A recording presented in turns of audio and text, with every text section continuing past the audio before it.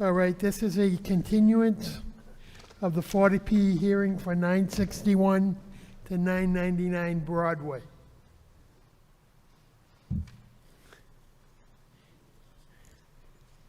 And I'd like to start it off by introducing the Zoning Board of Appeals.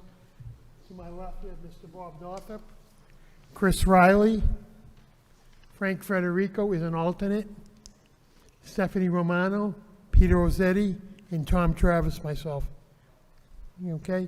And we also have in attendance our counsel, Jesse Schuman, our clerk, Stephanie. All right. To start this evening, I wanted to just make a couple comments to make sure that people have a good understanding of things. And one of the things I want to do is to clarify, and I think people need to be educated on what really a 40B is. And in this, I might even ask for some assistance from, the professionals in the audience. People think of 40B being a low-income housing. I don't. The reason I don't is because the income levels you can make for a couple, people don't realize, you can make up to $102,000. It's 80% of median income. To qualify, even the lower income units in these places are renting out with parking for two people, somewhere around $2,400 a month. So it's not low income housing. There's some expense there. To qualify for it, for the loan, for the monthly rent on it, some people with moderate debt, people would probably need to be making somewhere in the neighborhood of $80,000 to $85,000 worth of income. So it's not a low income situation. When the developer comes in, they get approved. They say that 25% of the units will be moderate income. I'm going to continue to use that term. And if 25% are moderate income, they can count the whole 100% against our figure that we look for as a community of 10% housing. And that 10% is very important to the community. And I'm going to simplify this, and somebody else might say it better than I do. When it's a 40B, basically, the developer can supersede zoning. They don't have to follow the town zoning. And/or the Board of Appeals can give variances to those zonings to allow them. Once we get over 10%, a developer has to follow the town's zoning bylaws. Right now, we're not at 10%, and we haven't been for years. This project would probably put us over 10%. So it's very important. So it's not just a project, it's very important to us as a community. I don't know if anybody else wants to add to that explanation a little bit. Attorney Schuman, I know he said it kind of simple, but I thought it was important that people had that explanation, because we were asked last meeting where we qualified. And I just wanted to make sure. I sat on the last 40B, which was a large project, similar in size to 200 units. Similarities are very common. Had wetlands behind the property. There was Prankers Pond behind it. It was right on Route 1. There was a neighborhood that was very concerned right behind it. Very similar to this project. And that property came out stellar. If anyone wants to visit Atwood at some point, call me and I'll set up a tour. The place is, you think you're walking into an upper end hotel. So these 40Bs, these projects are solid. They're valued in the community. Okay? Does anyone have any questions? Please approach the, if you can please approach the podium.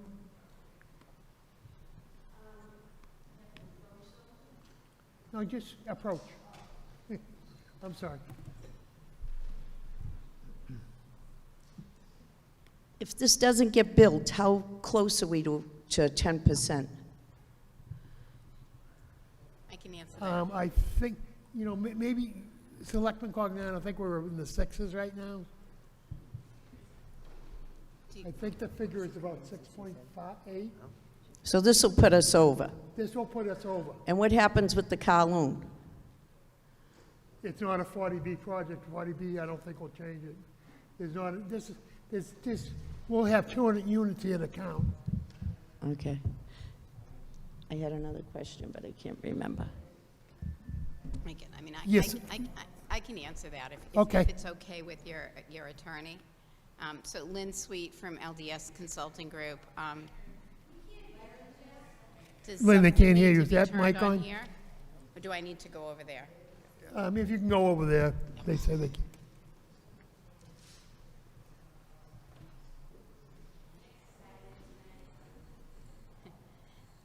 Good evening, Lynn Sweet, LDS Consulting Group. We did, in getting ready for our presentation this evening, look at the town's subsidized housing inventory.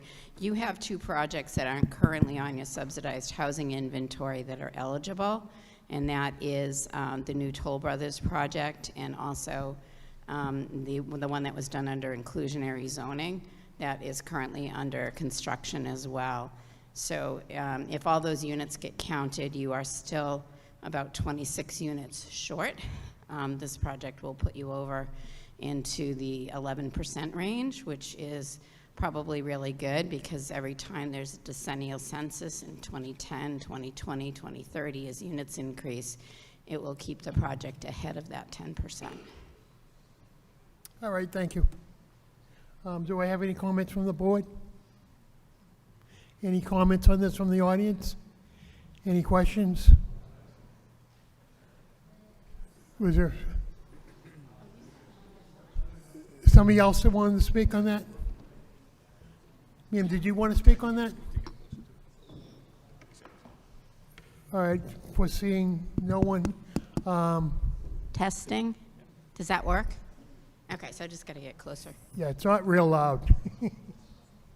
Shoot, it just I'm going to now pass things over to Lynn Sweat from the developer. She wants to present and give an update on the project. Sure, thank you. Oh, now it's working. So again, Lynn Sweet, LDS Consulting Group. I am joined here by a number of members from my project team, and hopefully I won't kill their names. We have Paul Haverty from Blattman, Brabowski, Haverty, and Silverstein. Jay Szymanski from the architectural team. We have Colin Johannan from, I'm like having a mental blank, Tetra Tech, and Daniel from Vanessa and Associates. We have just a very short presentation. I'm going to give you the handout.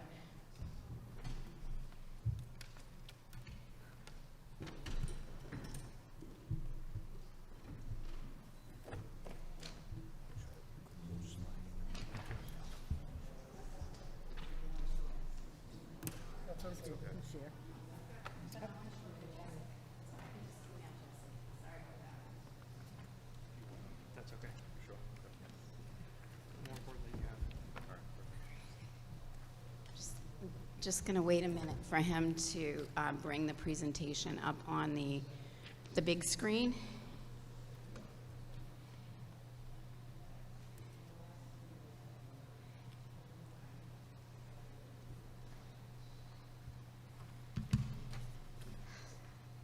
Sorry.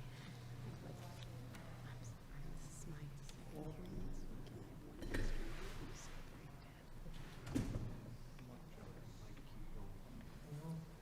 Oh, okay. So we've got some mood lighting here on the presentation, but it is up, and thank you very much for your IT support and video support. I just want to, we haven't had a chance to give updates on projects, and the first thing that I just want to preface is that this is a very complicated site. If we move one little thing, it's going to impact two other things. So we as a team are trying to be very cautious as we're hearing comments as they come in. We want to make sure that when we address them in a holistic manner. The chair, touched on, what is a 40B, and I kind of wanted to circle back to so we're not importing people, they're already here.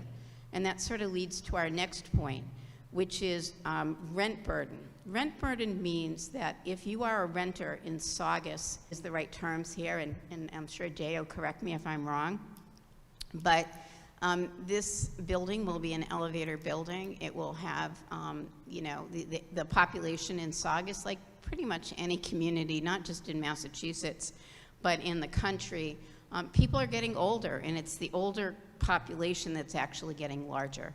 So the building will serve people that might have an ambulatory difficulty. 20% of the population in Saugus over the age of 65 has an ambulatory difficulty. And the other thing that we looked at was a little bit of fiscal impacts. We don't typically talk about these a lot in a 40B, but the reality is this is going to be a development that is going to generate real estate taxes for the community every year. It's going to generate some one-time building permit fees as well as one-time occupancy fees. I&I fees, those are to pay for sewer and connection fees. And every year we all pay that wonderful excise tax for our cars, so the new cars coming in will be paying for that. And last and absolutely not least is that this project aligns with the housing production plan that the town worked very hard to create, and this project meets those goals. And as I mentioned in my first little hello this evening, that it will put the town over that 10% limit. So we're going to provide, my team is going to provide a couple of updates tonight. We are grateful and in receipt of the Allen and Major peer review on civil and site and stormwater. We just got that last week. We also received the MDM peer review on traffic matters last week as well. We are in our early reviews of both of those. We don't see any issues that we don't think that we can address, but we just need some time to actually do that. So we're not prepared tonight to talk in any detail about traffic, but we do have one of our traffic consultants with us.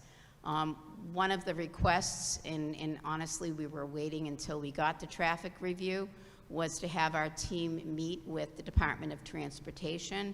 The project is located on Route 1, which is a state route. We have that request into DOT. We have sent in those documents, and we're hoping to get a Zoom call with our team as soon as they make time for us. It's a pretty understaffed and overworked organization, and we're looking forward to having that.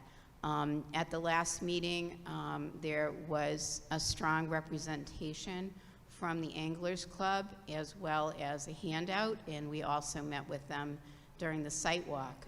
We want to say, we've heard you. We need some time. The first thing that we want to do is to locate the wetland line between our property and along your pond. Colin has reached out to the group and gotten permission to actually measure that. So we are going to try and set that up next week, and that is going to inform us as to how to move forward on certain matters. We will also be presenting a plan with regard to the property line along the residential portion of the property.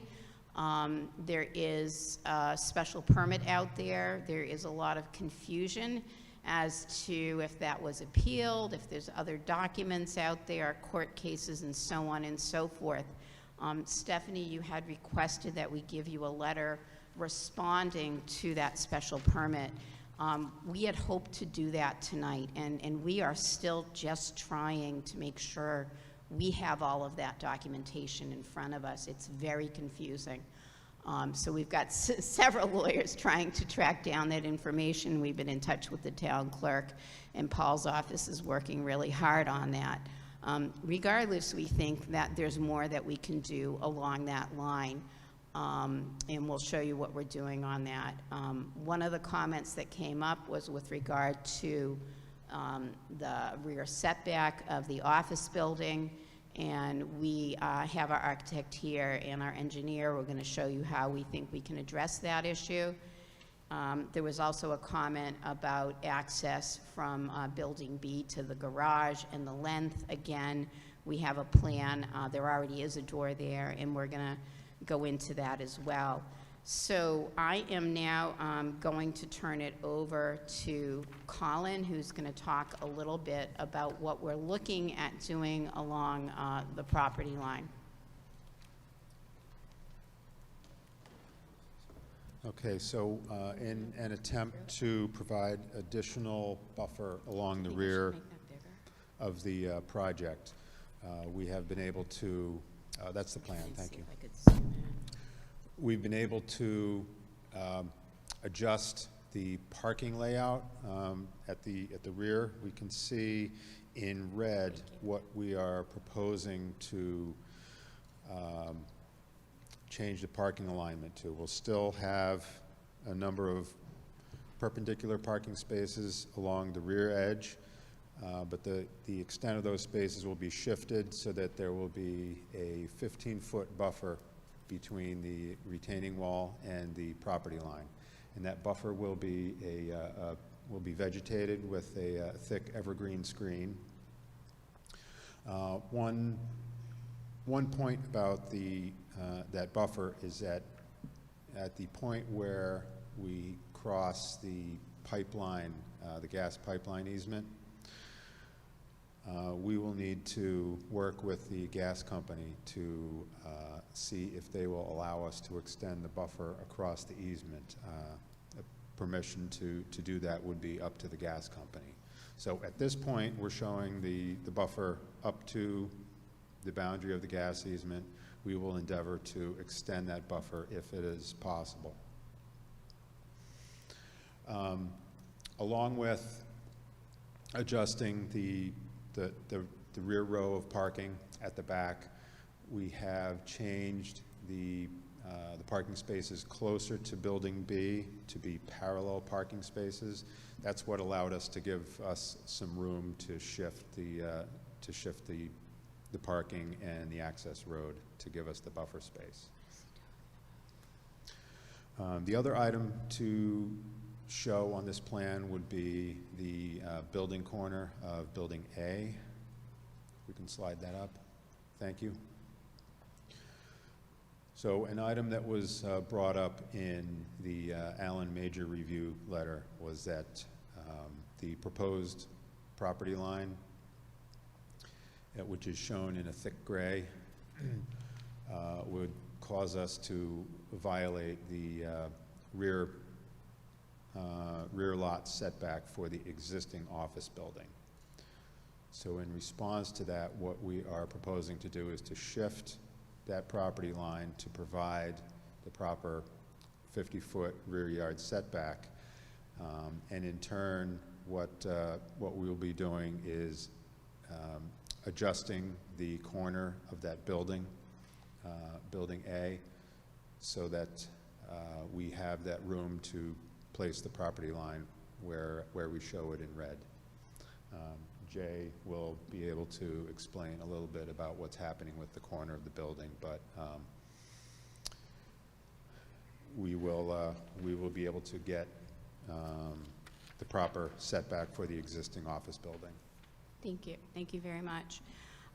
So, you know, a couple of things that are still in flux here is that by shifting that the retaining wall closer onto our property and farther away from the residential neighborhood will allow us to lower that wall. We don't know by how much, but we think it's going to go down a little bit. We've also talked with our landscape architect, Verdant. Natalie did a really good job. I know that in the back you probably can't see this, but we are committed to putting a heavy screen along that back border on the residential side of the retaining wall, looking at trees that are going to grow, bushes that are going to grow 2 to 3 feet a year. We have absolutely no problem with the condition of the permit saying if they die over the winter or so, they will be replaced within a certain amount of time. We know how important it is to the neighborhood to have that screening in place.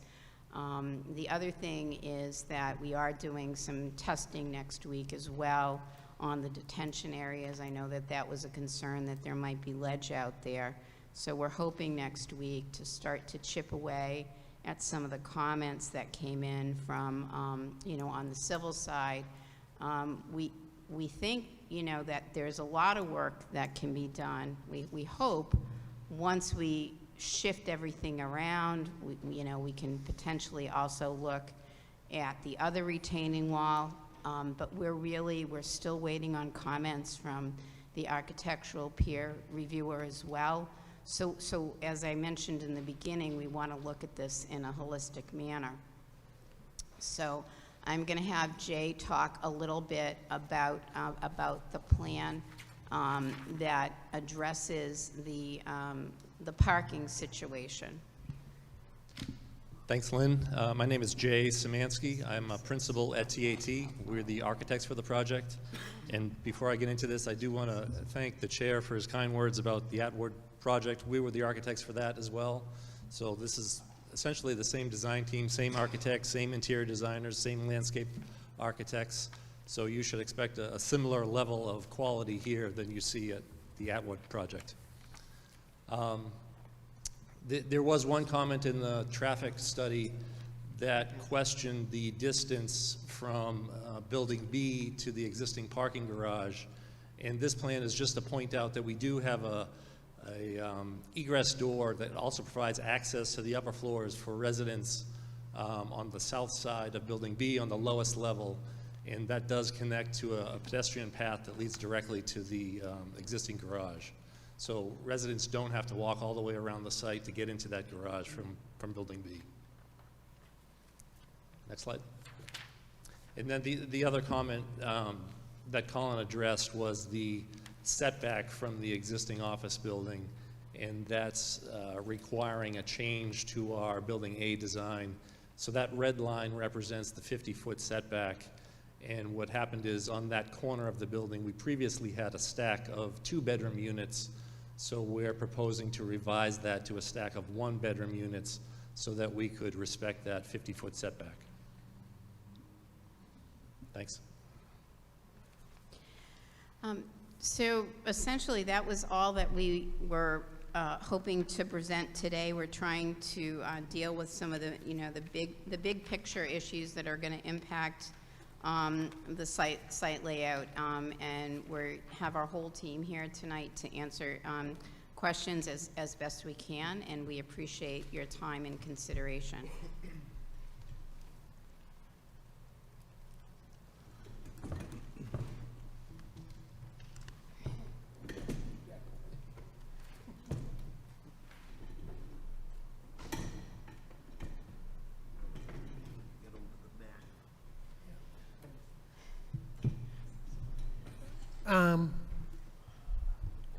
Now, are we going to have now a traffic presentation on traffic? Is that it? Are we done? Are we going to present traffic? It's your meeting, Mr. Chairman. Yeah. Are you prepared to present? If you're ready. Mr. Chairman, before we move on, just a question or two. Yes. Talia Yulin, Mr. Riley has a question. Yeah, just a couple of questions on your slides here. On one of the slides, it mentions moving the retaining wall closer to Route 1 to create a 15-foot buffer from the property line and a green wall. Can you explain what does the term green wall mean? Geez, I'm sorry, I unplugged. So basically, it means that we're planning on planting evergreens along the side of the retaining wall that is facing the residential neighborhood. So whether that wall ends up at 10 or 12 or 14 feet high, that is facing the neighborhood, we hope to have it blocked by vegetation. Vegetation that, if it's not thriving, will be replaced. So that slide that I showed you from Vernon Yeah. is different kinds of fast-growing evergreens that grow tall and grow thick. Excuse me?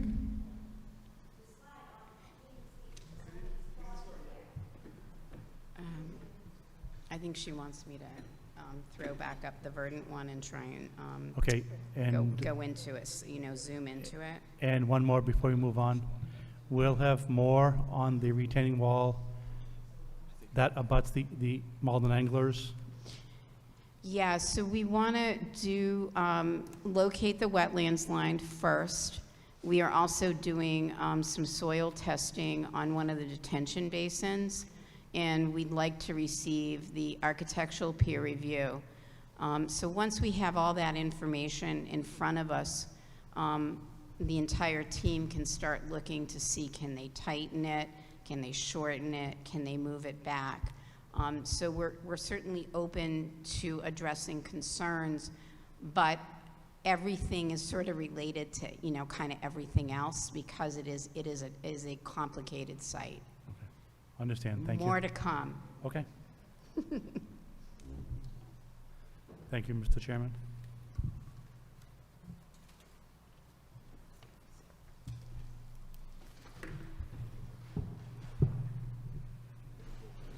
Yep. Okay, sir, if you're ready.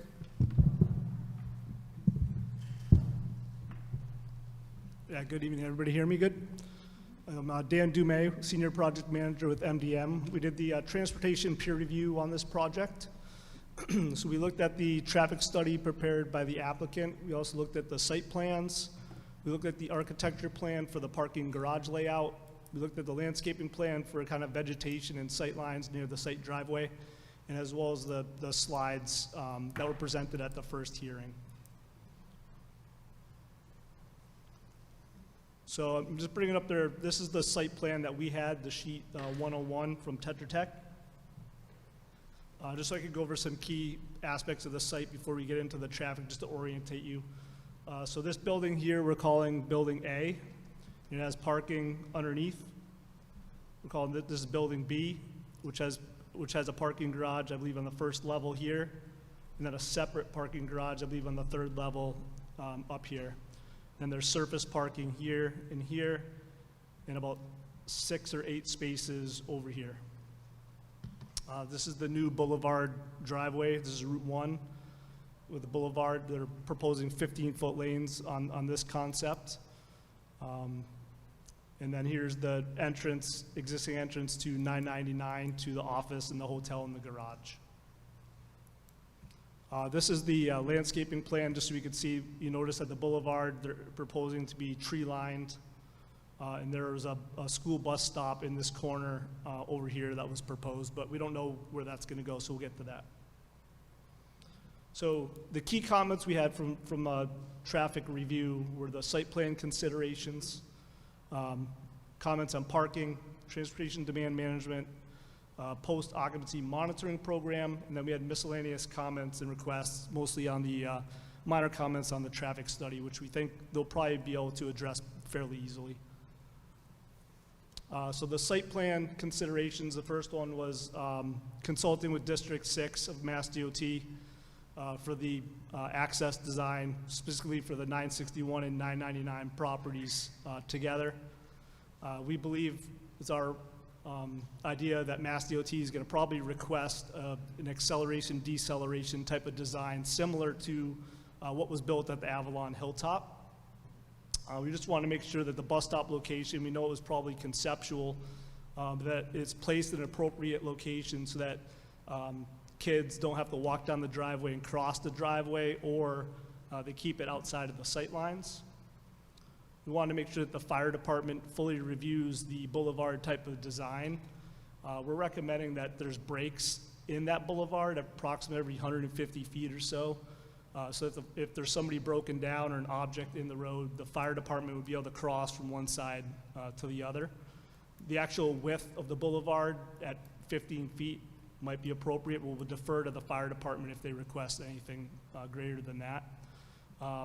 There looks like there's gonna be tree plantings in there, so an alternative to the brakes and the, to go through median brakes would be a mountable curb, so the fire department could go up and over, but that's probably not gonna happen if there's trees there, so the brakes would be the way to go. We noticed that there's a lack of a vehicular connection between the 961 and 999. On one of the renderings, it showed a connection to the garage, but it didn't look like that's feasible on the new plan, potentially due to walls and everything else.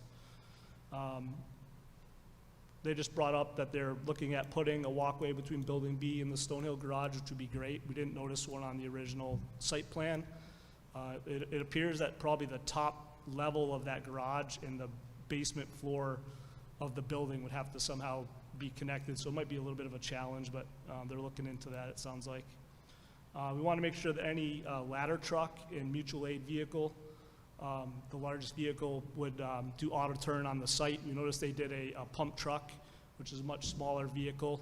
Given the height of these buildings, we assume the fire department would want to get a ladder truck in there. And then we're looking at locations for where they would bring service moving trucks, and just to make sure they do auto turn for those vehicles, as well as a garbage truck. And that would include defining a location and protocols for tenant move-ins. They're gonna need somewhere for the trucks to go, and they wanna set up some type of protocol of how that could happen, so it's not a log jam up there if there's a couple people moving in at the same time. Define bike parking and accommodations. So typically on these projects, you'd have secure indoor parking for the residents, and then outdoor loop racks for visitors. We want to make sure that any driveway design would be ADA compliant. And the existing, for example, the existing driveway at the 999, the sidewalk just ends and there's no crossing there, so we're going to include that location as well. So this is, I can zoom in a little bit here so you can see a little better, but this is the existing 961, and this is the 999 property. This is the Hockeytown, USA. So you notice the existing 999 does have a decel lane and an excel lane going out, which is great. We assume MassDOT is going to want that. This particular design, there is also a wide shoulder out there, so we're thinking they may be able to use that area to straighten out the sidewalk when they actually do the design, to be able to put a nice marked crosswalk in here, ADA compliant ramps. You notice at the 961 driveway, there's currently no accel deceleration in it. It's adjacent to an exiting movement for Hockeytown, only about 50 feet away. So what we're assuming DOT is going to want for an access would be this next plan.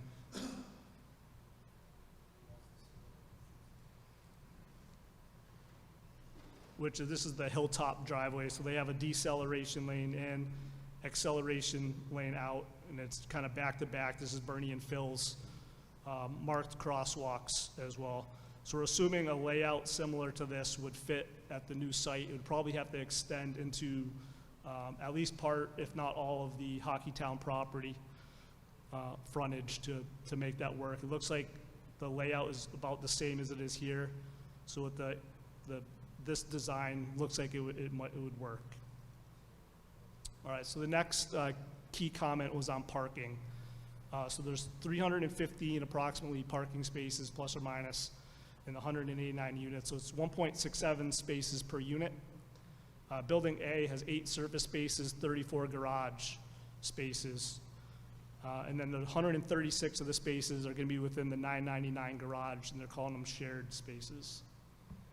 Building B at 82 surface spaces, I believe going up the hill, 55 garage spaces and 2 garages. So those are going to be split up. So when you look at it at an aggregate, the 1.67 is appropriate for industry standards for parking, as well as empirical data we have for apartment complexes in the Commonwealth. We did notice that it's not really evenly distributed as far as the plan that we had. We're approximately 2.25 spaces per unit for building A, because they have the garage. And then building B on our plan didn't have an access to the garage, so they're at 1.26, which would be low. And we noticed the 55 surface spaces on building B are going up a cross slope about 8%. So maximum we'd recommend would be up 5% for that slope. So I don't know if that would change their design on the retaining walls, or if there'd be some type of alternative design for the boulevard to be a little steeper. The boulevard currently is pretty, it's about 2% or so, I believe, going in, and it gets really steep in the back going across Building B. So they'd want to look at bringing that down to 5% or less. Especially in the winter time, you're going to be parking 90 degrees in at an 8% angle wouldn't be ideal. We're requesting that they do a shared parking analysis so we can see how many spaces are being used in the garage by the office when it's fully occupied, as well as the full use of the spaces by whatever the hotel needs, and then make sure that over a 24-hour period we can have enough to share the 136 spaces to get the adequate parking ratio. Just for example, I know they probably have leases to somebody else, but I went out there and there's probably 25 total empty spaces out there today. Looks like they're being leased probably to a school van service of some type. Didn't look like many of the vehicles move that much. They are dusty, and potentially just have to figure out how to get rid of those. We're recommending wayfinding signage because this will be split up with half the parking in 961 and half the parking in 999. So if you park in, example, you go into the 961, the new Boulevard driveway, and you can't find a spot, you have to come back out to Route 1. And then probably even worse from a parking standpoint is if you park in the 999 garage, which is probably ideal in the winter, and there's no spaces available in there, you actually have to go back out to Route 1, go down to Main Street, circle around, go up the Fells Parkway and back around, which is very much not ideal. So just making sure that they have the right protocols in place and designate visitor parking that's useful for those users, and then make sure that they designate transportation network company spaces like Uber, Lyft, Hub, Grubhub, UPS, Amazon, those type of vehicles, somewhere in a convenient location next to the building. In terms of parking, we noticed that there's only 6 non-accessible spaces in front of Building A, so presumably the people visiting would also have to park in the garage. So just wayfinding signs of where people need to go and which units need to park in which area, since we're working with 3 garages within the building and a 4th garage. So there's 4 garages as well as surface, so it's very disjointed on the parking currently. So they would need a very good package of wayfinding. This plan, and I can zoom in, it just shows the grade across the parking spaces in here. It's very steep. Down in the boulevard is pretty minor, and then it ramps up the speed. So across the building, I believe, when I just looked at the contours, about a 20-foot difference in height across the building itself, with a first floor garage and a 3rd floor garage. So these are all surfaced 90-degree parking spaces. I did notice on their new plan, they're gonna have spaces along here that can be parallel parking. Parallel parking at an 8% slope could be a little challenging, so that would be a concern.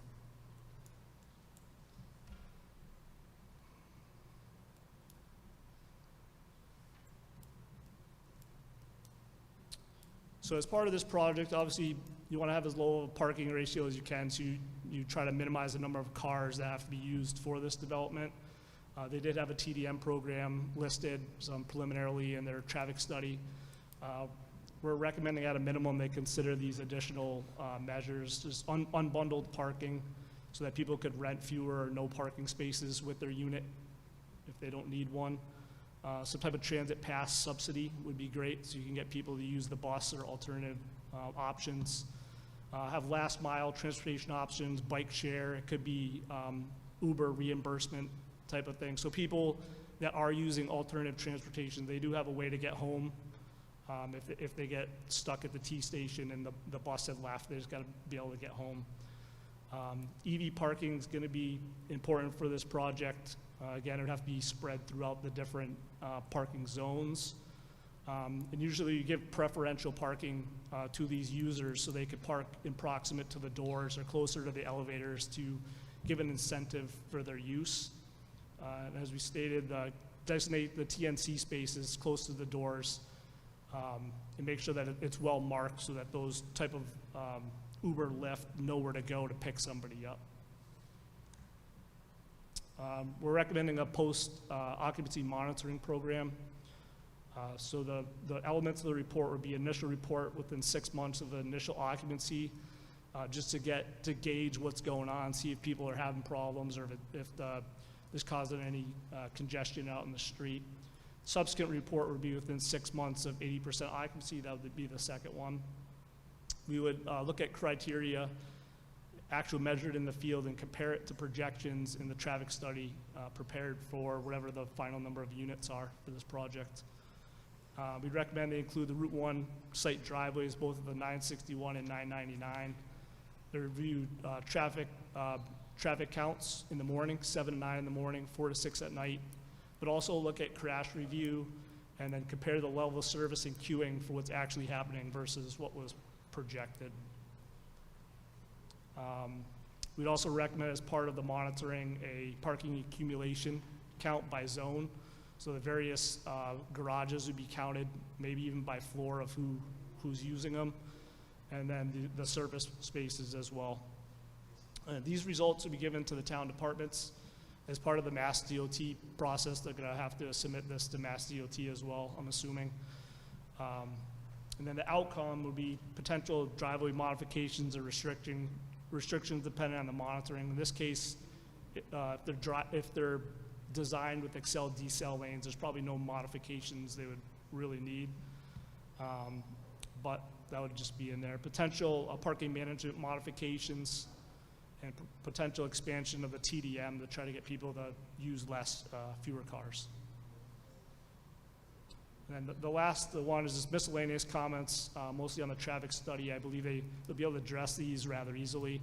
But their counts were done in the summer as part of the traffic study. We noticed there's schools in the area, and then typically with non-vacationing non-summer conditions, we just want them to verify with either a driveway spot count or some type of count on Route 1 that would show that the counts used for the analysis, and that's going to set the basis for the monitoring, is appropriate. Want them to confirm the levels of any vacancies of the office. I know it looks like there's very few office parked vehicles out there, and we'd expect for an office of that size to have over 160 of the spaces used for that size of an office. And then the last one is just confirm a sensitivity analysis. There weren't any trips to and from the north towards Saugus, and then the U-turns occurred outside of the study area, so just confirming those. It can even be a qualitative assessment, but just tracing those trips. And that's really all we have for traffic. I know you gave a lot of information, so if there's anything you want expanded on, just let me know.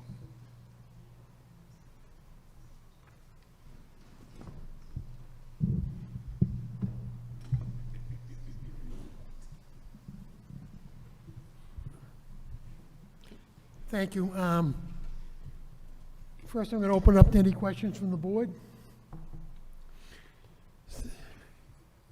Just one question. Mr. Riley? Thank you, Mr. Chairman. Regarding this post-occupancy traffic study, beyond things like maybe changing or making modifications to your public transportation subsidies, tell us about the purpose of this post-occupancy traffic study. I mean, the thing's built, people are living there, and now you study the traffic again. Why? It's kind of a backstop to make sure that it's operating as it was intended to. So if there are more people driving or they can't use a certain bus route or something, you try to come up with an alternative that would incentivize them to use alternative transportation modes. It's basically just a review to say, from the town's perspective, I'm working for the town.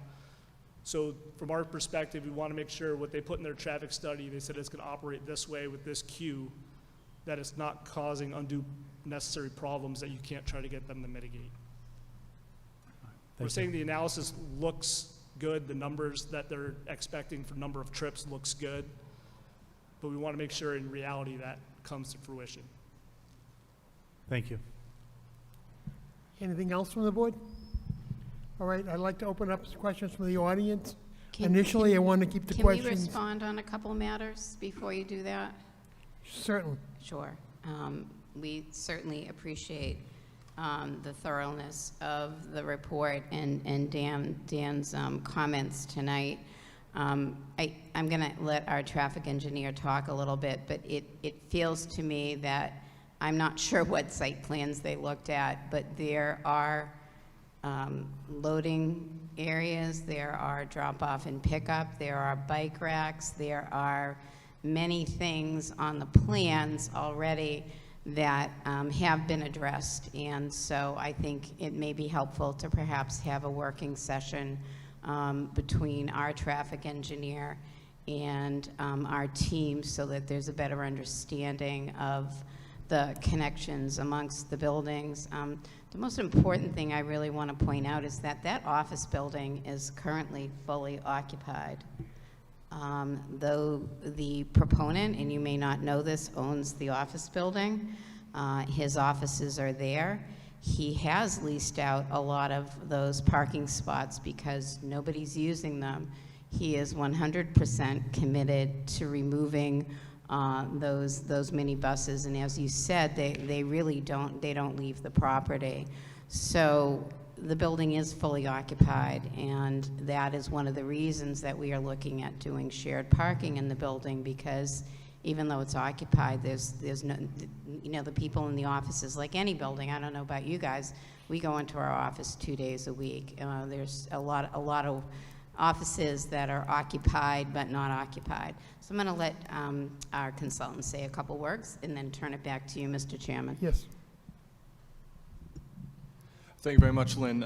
For the record, my name is Daniel Lasivita, a traffic engineer with Finance & Associates. I do just want to echo Lynn's comments that we are appreciative of MDM's thoughtful comments, as always. As Dan had kind of touched on, there are just a few relating to the actual traffic study itself. We take no exception to any of the comments that MDM has raised, and we do plan on fully responding in writing to all of them. We do expect that traffic will be a topic for a future hearing. Just given the time frame that we received the comments, we weren't able to issue formal written responses at this hearing, but I assure you that we will be providing comments in full. And something else I will say is they relate to MDM's comments, and Dan had also kind of touched on this, is that the comments relating to the traffic study were very minor in nature, and we don't expect that any of the sensitivity analyses or any of the traffic counts we will be completing to back up the summer month numbers will change any of the conclusions, the outcomes, the recommendations as it relates to the traffic study. So with that, I will turn it back over to you, Mr. Chair. Thank you. All right.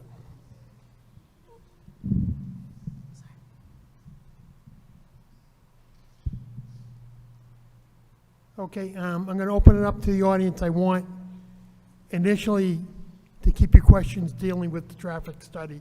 And then if you have other questions on the project, we'll follow them after we deal with traffic questions. Okay? Sir?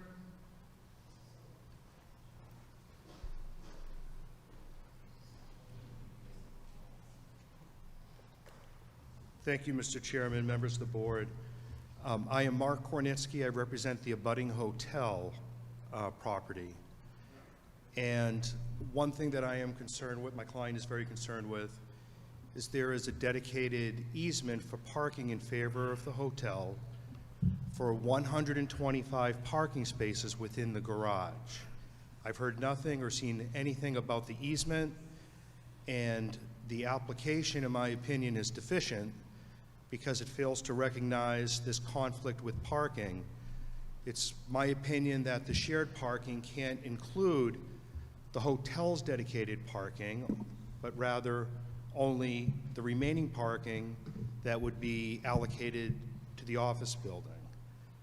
So I wanted to bring that to the attention of the applicant because I think the ratio, the parking number are incorrect in the application. I think it should be addressed.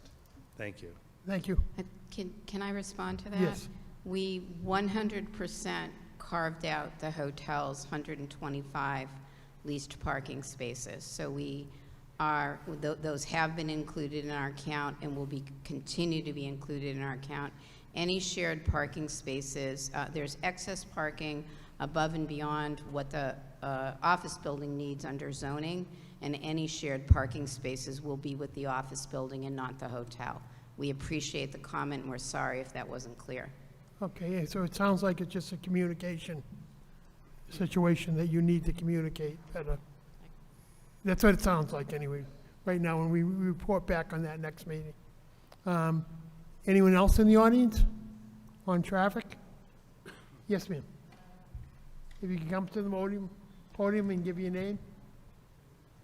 Thank you. Hi, my name is Loretta Bronya. I live on Forest Street, 68, and Avalon is right across the street from where I live. I'm familiar, yep. Traffic. Every day in the morning, there's a helicopter viewing the traffic for the people that are traveling into Boston. So there's a lot of traffic. And then in the afternoon, the helicopter comes back again due to the traffic on Route 1. It's impossible to get on to Route 1 during the weekend. People will use Forest Street as a cut-through. Problem with Forest Street, there are no sidewalks from 62 Forest Street going up to the end of Forest Street. It's very dangerous. When COVID was around, Avalon opened their fence. So we had people from Avalon coming through the neighborhood with their pets, defecating on our lawns and not picking that up. And we pay to have our lawns done. Is that still going on? Yes. All right, you should be reporting to the building department, To whom? the building inspector.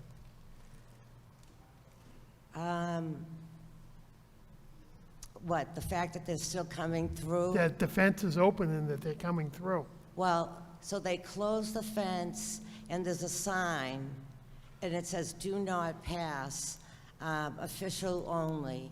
But then there's a path, and people will come, and they'll walk up and down the streets with their dogs. We don't know the dogs. We pay to have our lawns done. We pay a lot of money for our taxes as well as and they don't pick, people have signs. That's how bad it is, people walking around with their pets. And our taxes are very high, and that hasn't even been resolved with Avalon, but yet, and then now we're gonna have this situation with these apartments coming in. It's not gonna change. It's gonna be worse. Forest Street is so dangerous. They drive so fast.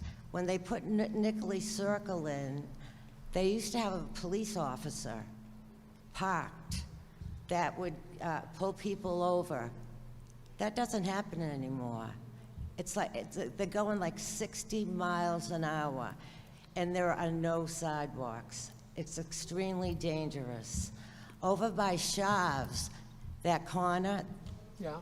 there's a pole that's been hit at least a dozen times. Familiar with it.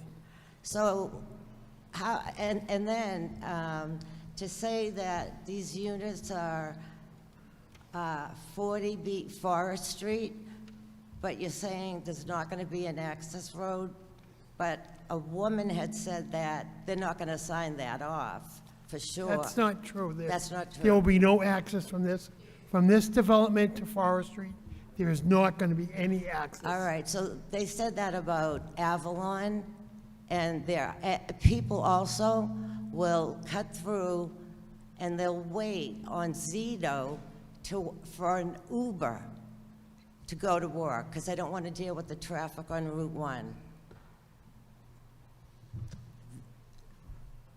That's not right, okay? So bringing these apartments is just going to add more congestion on Forest Street, because everyone uses it, and it's going to bring down the value of our properties.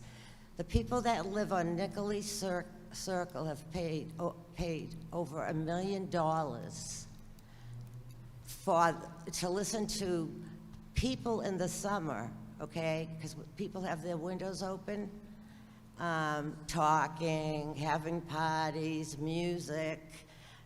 How is these apartments gonna benefit us when it's supposedly one of the nicest neighborhoods in Saugus? It's, all I can say, Ms. Brogner, it's a different neighborhood. It's the same neighborhood, but it's set up different. The access from this project is blocked to Forest Street. I don't think you're gonna see, there's even foot traffic. I don't see, you'll see anywhere near the same degree If of I it. see it, though, I know the area very well, as you know I do. I know you can get in the back of, on Avalon and walk onto Forest Street. all the time, And it's a 20-foot walk through the woods. yes. No, I understand that. That's a different in this place, you're going through somebody's yard, there's gonna be fences up, there's gonna be blocked by retaining walls. It's a much better situation. I But don't it's- think it'll be the it's- same situation. Well, Progress happens, and we can only do so much to keep, traffic off of Forest Street. We can certainly it's worse. continually hop on the police department to monitor the speed and see what we can come up with. I see members of town meeting members in here from your precinct.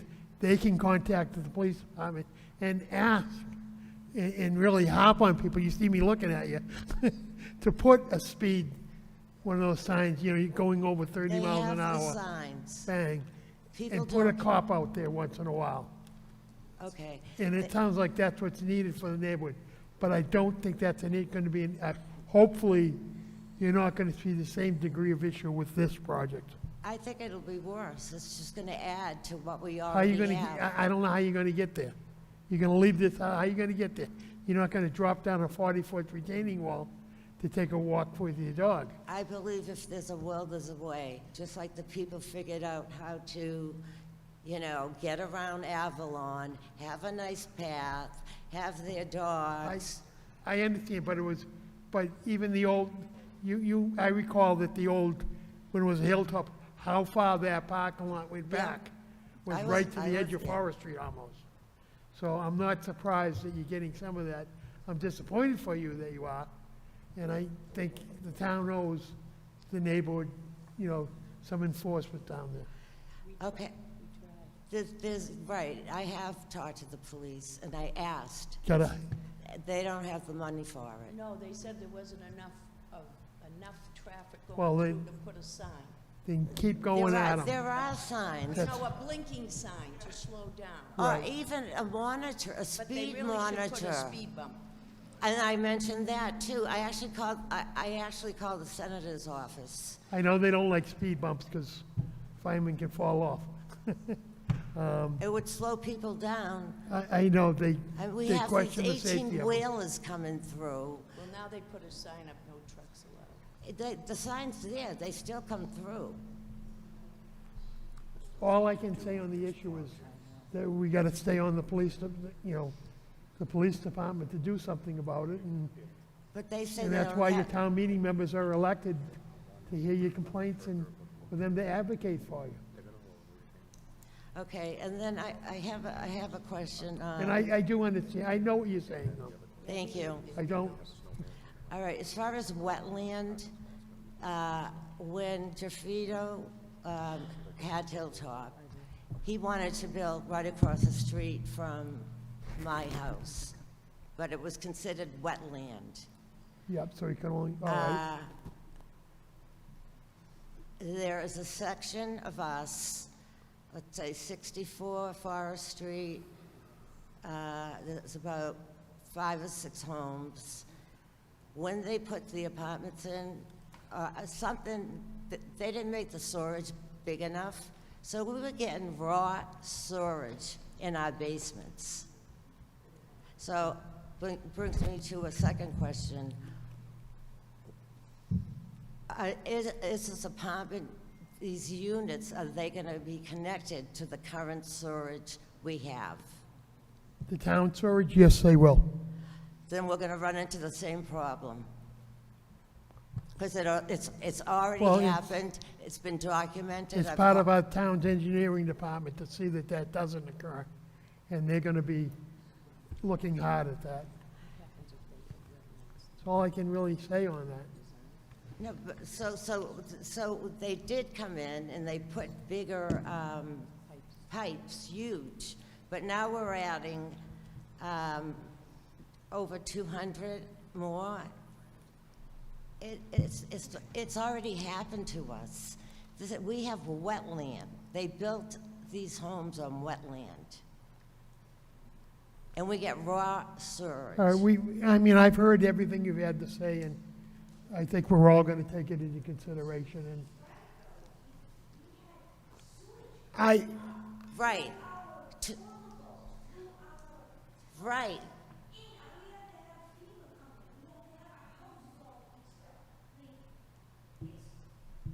I had to have, yeah. What- It's. When it's- did, Yeah. when did you have the sewage issue? Yep, So, yep. Raw storage.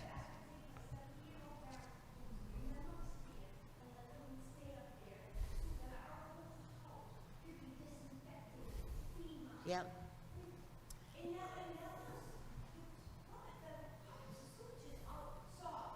yeah, I understand, but I don't think that's a, Right.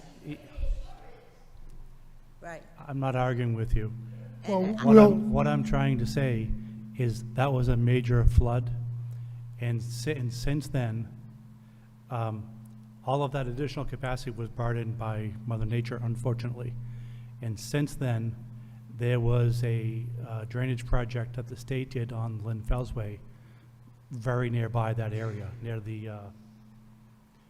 near where Forest Street meets the Fellsway. So But there's are we already a con- project to help improve that. I'm sorry. Are we connected to the Fellsway as well? I'm not really sure. No, I'm not going Well, to tell you you know, that anything didn't When we happen, do no. stormwater and drainage, we'll get more into this. Well, Yeah, That's because not that's something for really- thank That's dangerous, because I got understand, it's mold just out not to- something that we're dealing with tonight. Yeah. That's more of a stormwater drainage, that's, in a coming meeting, we'll talk more about that. But we'll have our town engineers available to speak on it also. The peer reviewers that come in are working for the town. They're working in the interest of the town. They're not the developers, individuals. Right, and the people that did come by my home were very, very nice and helpful, but at one point, the town wouldn't pay. The second time it happened to me, the town would not pay. The Well, first. the first We're gonna time do they the best did. to help you, and we've heard what you had to say, and we'll take it all into consideration. Tom, is this gonna have one egress in and one egress out like the other utopias? There's that major egress in and out beside Hockeytown. So one egress, how does it pass to have It's one two. egress in? The same egress that goes in goes out? Well, it's a two-lane highway, it's two No, I'm lanes. talking about from the property. Yeah, it's two lanes. One lane's going in, one lane coming out. Yeah, you showed it on. Plus, there's the access by to the side. garage. And what's gonna happen with the wetlands if they hit wetlands there? Right. And how is it gonna affect the Conservation water is, table? if there's any wetlands, and I don't believe any show, conservation will deal with it. And how is it gonna affect the water table? I It can't answer affects that. me. Again, that's a conservation issue, and that's a matter for another meeting. One last question, can they build anywhere else besides Route 1 in Saugus for People only, 40Bs? people, that's one of the reasons why a 40B project, we want to get over 10%, so that we can have more control. That's why what's can't so they- important. I understand, but why can't they do something in another area besides always on Route 1? It's like a bottleneck, you can't get out. I don't know what we're gonna do in case of an emergency. And there's, the water I get on my I property. mean, we're getting off of subject, I think, a little bit. Yeah, but I'm just letting you know that. you I gotta understand affect how the water important it table. is to you as individual homeowners, but we are getting off subject a little bit. We'll deal more with the water and the storm. That's another meeting that we're gonna deal with stormwater and such, more of what you are talking about, Okay, thank you. okay? We haven't scheduled it yet. Oh, I have something We'll else. talk about that later tonight, to schedule future meetings. There are people in Saugus within my neighborhood that know nothing about these apartments, okay? Why wasn't it announced, my aunt lives 3 homes away from me, and my neighbor behind me, why aren't people being notified? Abutters within so many feet of being notified by law, when you're within so many feet of the project. Stephanie, what is it, 200 feet? 300 feet. I'm They sorry? notify everyone within 300 feet of the project. Okay, so I live at 68. But you have to recall, that land's been there for a long time. I know. And I've I'm been there for 70 a- years old. Yeah, It's you, people in the audience know, and you know that I grew up in that area. yep.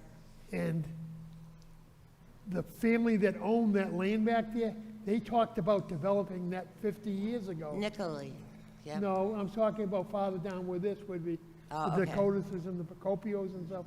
And they talked about developing that land 50 years ago. So it's not a new thing that it's finally being developed. But It's what's not, new it's is, been talked about for decades. but it's already overpopulated, whether they, if more than 50 years ago. Individuals own the land, they have a right to develop property that they own. I agree, but when it affects. So we'll leave a lot of this. You've had some good questions, but we'll Okay. leave it when we get more to stormwater and such.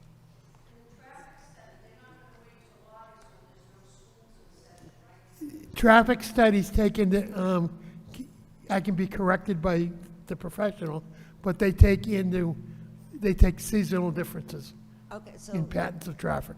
it's on the news every They day. take that into consideration. When they do a traffic study, they take all that into consideration.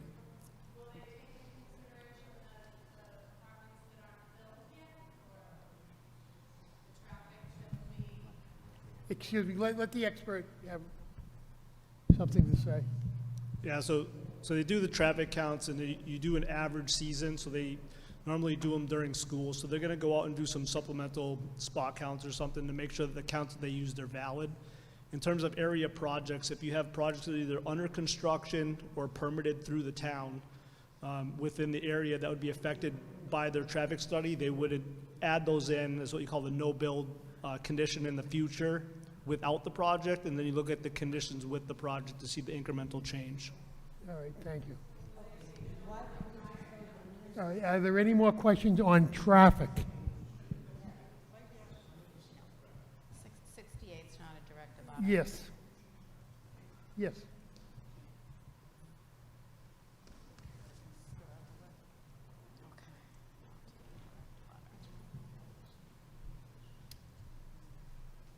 Hey again, Tricia, Forest Street, how are you?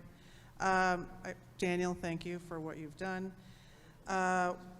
One idea that I'm realizing is I don't know why we don't do the parking in the center, because people have brought up the lights projecting into the neighborhood from behind. So over the gas line, it's probably half a dozen one or the other in the way of how much spot allocation you could get, versus having it along the perimeter and having to hope the trees grow fast to kind of block that going down to Forest Street. Following up on your presentation, you had some questions that you wanted them to address. What's the timeline? Like, how does that workflow work in the way of they then have to fix what you were advising, and then you come back again for another meeting? Is that how that works? Yeah, so they're gonna go and they're gonna address all of our comments in writing, collect any extra data they need to collect, make changes to the site plan as they see appropriate, and then we'll take a look at that response whenever it's ready. It sounds like they're gonna try to have it ready for the next hearing in a month. Okay, So at that time, we would start looking at the data, whatever they give us, and make sure that it adequately addresses our comment, okay, and make sure that the town is happy with the response. okay. And the gentleman on the end, I think I had heard you say something about you didn't foresee the traffic plans changing too much, or the flow from the summertime one. I definitely can say, for all of us who live around here, we know darn well that it's a seasonal, whether it's leaf peeping or whether it's summer or it's school in and out of session. So that cannot be omitted. And Daniel, I don't know if you can picture the neighborhood if you're from this area, but one of my huge concerns, because I'm right on Forest, is that when the people are coming from Boston to head home, they're not going to sit in the traffic that grids up there. They're going to get off at the first exit that goes down Forest Street. Now, the original traffic plan assumed people would be gracious enough to go down the Fells Way, but no one's stupid. They're going to go to the first light, take the hard right, and fly down Forest Street, because you can pop right back out on Route 1 and get a really quick entrance into the property. So like what had been brought up, Forest Street has no sidewalks. It's very windy. It's narrow. They did repave it a few years back, but didn't include any sidewalks. And then that last sharp turn where the kids flip their cars, I'm pretty sure my neighbor had them put up a sign to kind of register the speed pattern, so that might be documented, as well as any crash history or speeding tickets. They also use that street for the fire engines and the police, which is fine. But I feel like if we're going to take all this in consideration and we're going to reap the benefit of having this property near us, they should be addressing the buffered streets. Like, we should get sidewalks. Like, my little fence I put up, I put on my property line so that someday there might be a sidewalk there, you know, for anyone who is ever going to have children back in the neighborhood or just be walking safely. So I think people have to stop pretending that human behavior isn't going to be that they're going to go down that. And like, to your point, when they're doing laps trying to find a parking space, you know darn well they're going to rage back out to Route 1 and rage back up Forest Street and then down again, doing circles. So that workflow of driving probably needs to be figured out so that they don't get spit back out just to try to loop back around to find their next parking spot that's open. And then the last thing, it felt like there was a reactive point towards the end, which I think you brought up about, well, what good does it do us if later on you're like, oops, it's busy, or oops, there's a traffic flow that's not working. Like, I, as a resident, would love to have a plan that's proactively efficient for as many possible things that could happen with that increase of headcount, because we still don't know exactly how high these buildings are going to be. So if they think they're going to be building extra units above, then obviously that's more people driving. So I like the solutions of, you know, the incentives to do trains, bikes, EVs, whatever. It's certainly not the most safe area to do any type of anything but driving. Like, walking and biking is not really that easy on Route 1. So again, it goes back to, how are they going to exit? I don't know if they're supposed to, like, I know it's one way in and one way out in that little juncture, but shouldn't there be a, like, fire entrance like they have at the Avalon? Because can't they come up from Forest Street as fire if they needed to with that dirt road that has the bar? I don't believe so. So it didn't pass. Just whatever the safety is of, like, if you can only go in and out, even though they're right next to each other, it doesn't seem like it's the smartest way to go in and then hopefully right back out if that's blocked and they need fire engines or whatever, you know, just thinking ahead of time. So things to put on your radar. Thanks.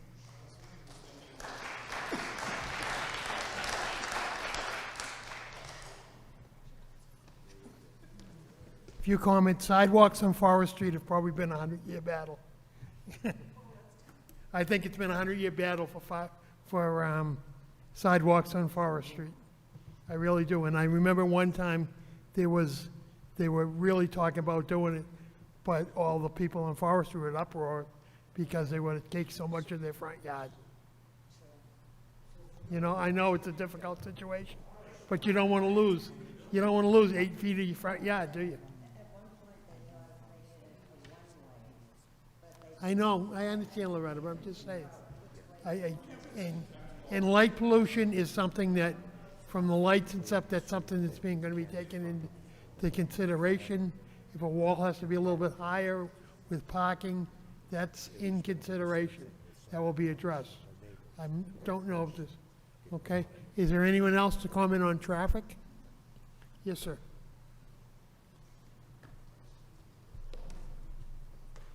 My name's Gene Jeffrey. Just a quick comment on this Forest Street. When I went to the site visit a couple weeks ago, coming down Route 1, trying to find that decelerization zone, there was a car very slow pulling in there. I had to go It's around. not there yet. I'm sorry. As I was pulling into the the slowdown zone, Oh, this is for the hotel, yeah. for getting off the hotel, there was a car very slowly there. Yeah. I couldn't pull in. There was a car behind me. I had to go around down Forest Street and back around again. Now, if you park a school bus there picking up kids, that's going to happen quite a bit. And I wonder, a traffic study did not take that into consideration at all. Traffic study is gonna, I'm sure the bus stop is gonna be in a safe spot for the children. Yes, but It's not gonna be right it'll on be the safe, highway. but cars won't be able to get It's in. not gonna be right on the highway. It's gonna be pulled in off. That will be dealt with. Yeah, those are both findings on the peer review, Are they? which will come back. We'll get some sort of response on each of those. Yeah. Great, thank you. Thanks. Anyone else on traffic?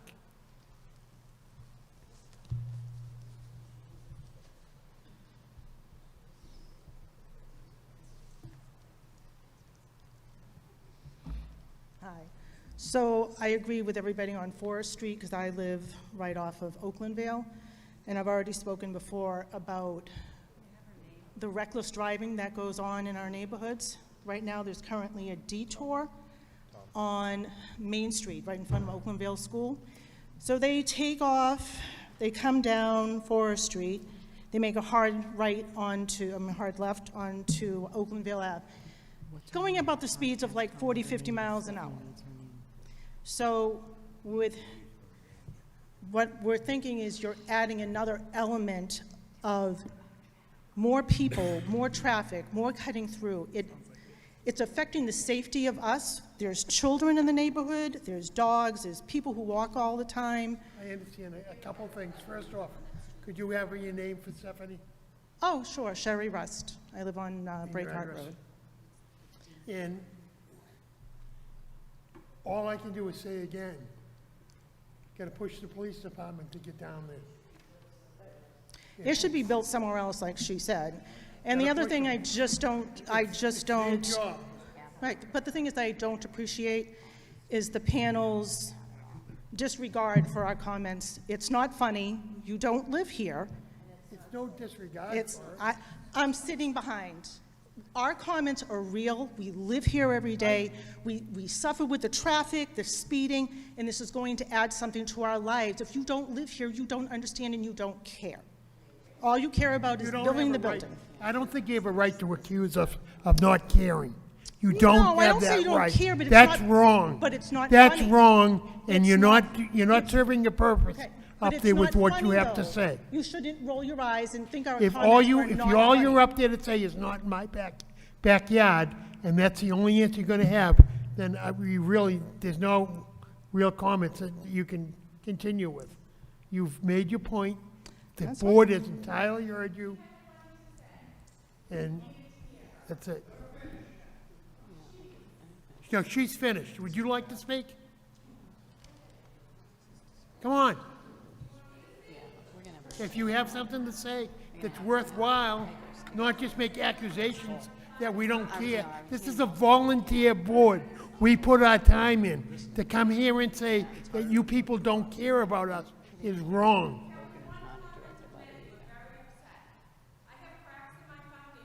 I understand that.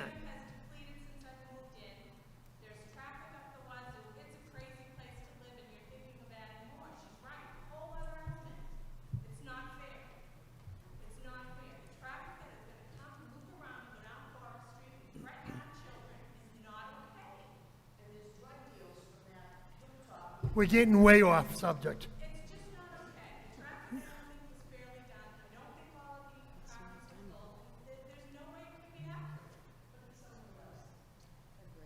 Well,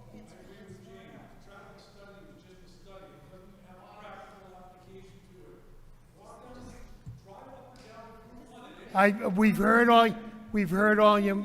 what you had to say. It's been repeated by several people. What else more do we say? And speak to your police department. You have a police department, you're having these problems, bring it to their attention. You should be screaming at them.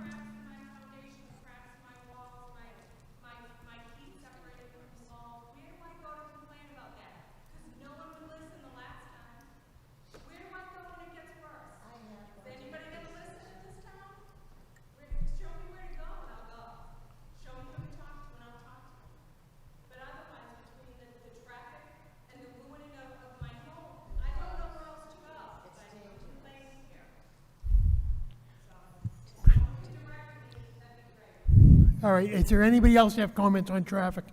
Mr. Long?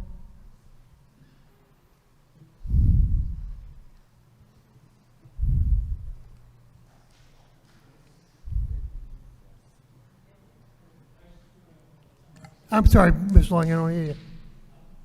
I didn't hear you. I know.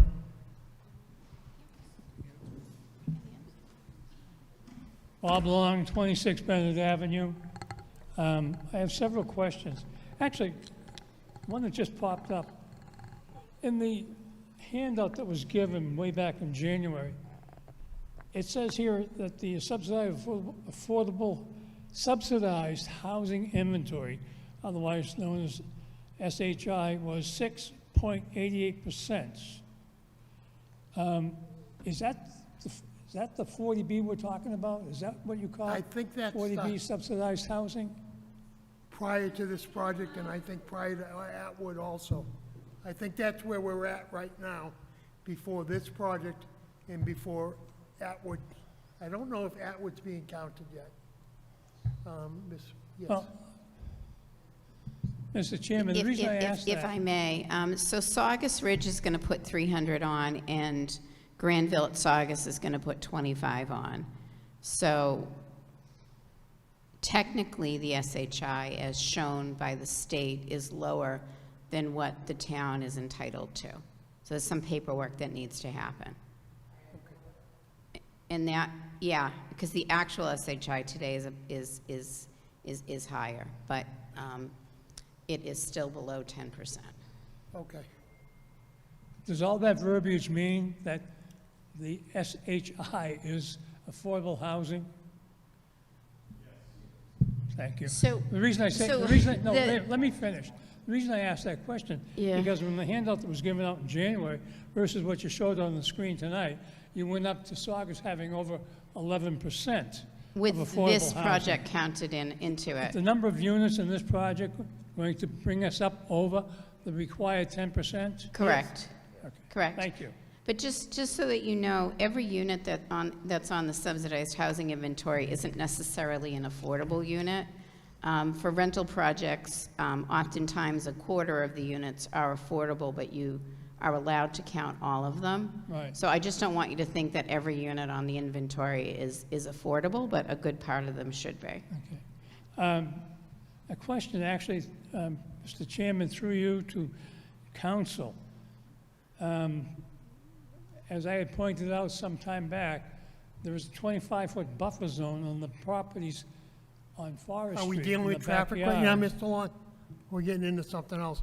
I'm trying to get traffic out of the way before we get into those I questions. think before you can go anywhere, you need to know whether that roadway is a permitted roadway or not, because it has parking on the roadway. So, I mean, and council is right there, so it's a question that I think needs to be answered up front rather than at the tail end of the discussion. So, Mr. Schumer? Sure, Mr. Chair. So you may remember that Mr. Long, at the previous hearing, brought in some minutes from, I believe, the 1990s of the Board of We Selectmen. can't hear you, actually. How about now? A little better? Mr. Long, at the previous meeting, had brought in some minutes of the Board of Selectmen from a hearing in the 1990s when the office project was permitted. As the developer's representative indicated tonight, they are looking into the legalities of that permit and I guess some sort of litigation that was related to it. So I think that the answer to Mr. Long's questions will probably be forthcoming at the next meeting. But the short answer that I can give to Mr. Long and to the board, if there is an issue with a prior permit that is applicable to this 40B site, the applicant has the ability to request conditions of those permits to be waived as part of its authority to request and grant waivers of local zoning requirements. That's been upheld by the Housing Appeals Committee. At the current moment in time, the developer has not requested those waivers, so they would need to amend their application to request waivers to the extent necessary. Bottom line, are we saying here, are we hearing here that the, that buffer zone, the 25-foot buffer zone can be used for a street that would service that development? Through you, Mr. Chair, the proponent's plans currently show no access to Forest Street. There's no use No, it's not of the access to road. Forest Street. It's the road when you go up from Route 1 and you bend to the left. That's the back side of all those properties on Forest Street, and that's where that 25-foot buffer is supposed to be, which was never, by the way, constructed as it should have been. So my question really is, and since that was issued on a special S2 permit, runs with the land, does this process override that S2 permit conditions? Through you, Mr. Chair, the answer to that question is yes, the comprehensive permit process can override that S2 permit.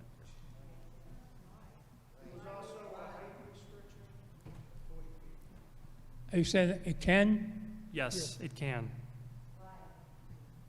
It's a matter of state law. It supersedes local zoning.